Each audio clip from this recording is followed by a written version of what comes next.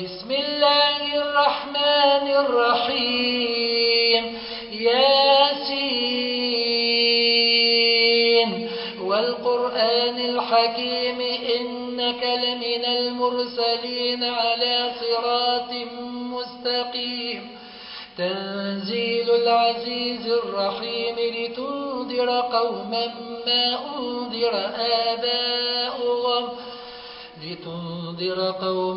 ما أنذر آباؤهم فهم غافلون لقد حق القول على أكثرهم فهم لا يؤمنون إنا جعلنا في أعناقهم أغلالا فهي إلى الأذقان فهم مقمحون وجعلنا من بين أيديهم سدا ومن خلفهم سدا فأغشيناهم فهم لا يبصرون وسواء عليهم أنذرتهم أم لم تنذرهم لا يؤمنون إنما تنذر من اتبع الذكر وخشي الرحمن بالغيب فبشره بمغفرة وأجر كريم إنا نحن نحيي الموتى ونكتب ما قدموا وآثارهم وكل شيء أحصيناه في إمام مبين واضرب لهم مثلا أصحاب القرية إذ جاءها المرسلون إذ أرسلنا إليهم 2 فكذبوهما فعززنا ب3 فقالوا إنا إليكم مرسلون قالوا ما أنتم إلا بشر مثلنا وما أنزل الرحمن من شيء إن أنتم إلا تكذبون قالوا ربنا يعلم إنا إليكم لمرسلون وما علينا إلا البلاغ المبين قالوا إنا تطيرنا بكم لئن لم تنتهوا لنرجمنكم وليمسنكم منا عذاب أليم قالوا طائركم معكم إن ذكرتم بل أنتم قوم مسرفون وجاء من أقصى المدينة رجل يسعى قال يا قوم اتبعوا المرسلين اتبعوا من لا يسألكم أجرا وهم مهتدون وما لي لا أعبد الذي فطرني وإليه ترجعون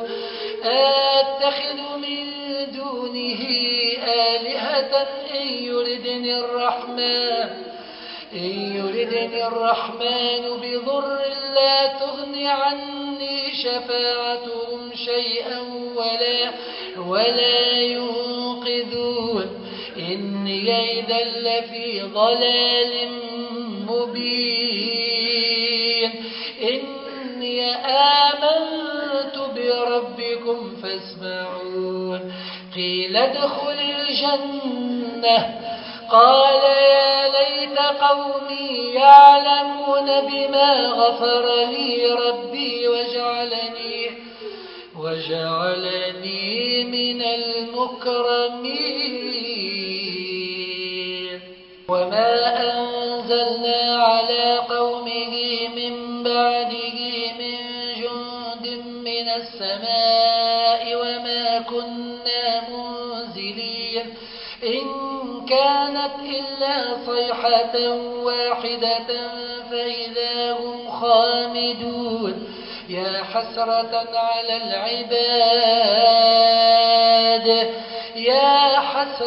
على العباد ما يأتيهم من من رسول إلا كانوا به يستهزئون ألم يروا كم أهلكنا قبلهم من القرون أنهم إليهم لا يرجعون وإن كل لما جميع لدينا محضرون وآية لهم الأرض الميتة أحييناها وأخرجنا منها حبا فمنه يأكلون وجعلنا فيها جنات من نخيل وأعناب وفجرنا فيها من العيون ليأكلوا من ثمره وما عملته أيديهم أفلا يشكرون سبحان الذي خلق الأزواج كلها مما تنبت الأرض ومن أنفسهم ومما لا يعلمون وآية لهم الليل نسلخ منه النهار فإذا هم مظلمون والشمس تجري لمستقر لها ذلك تقدير العزيز العليم والقمر قدرناه منازل حتى عاد كالعرجون القدير لا الشمس ينبغي لها أن تدرك القمر ولا الليل سابق النهار وكل في فلك يسبحون وآية لهم أنا حملنا ذرياتهم في الفلك المشحون وخلقنا لهم من مثله ما يركبون وإن نشأ نغرقهم فلا صريخ لهم ولا هم ينقذون إلا رحمة منا ومتاعا إلى حين وإذا قيل لهم اتقوا ما بين أيديكم وما خلفكم لعلكم ترحمون وما تأتيهم من آية من آيات ربهم إلا كانوا عنها معرضين وإذا قيل لهم أنفقوا مما رزقكم الله قال الذين كفروا للذين آمنوا أنطعم من لو يشاء الله أطعمه إن أنتم إلا في ضلال مبين ويقولون متى هذا الوعد إن كنتم صادقين ما ينظرون إلا صيحة واحدة تأخذهم وهم يخصمون فلا يستطيعون توصية ولا إلى أهلهم يرجعون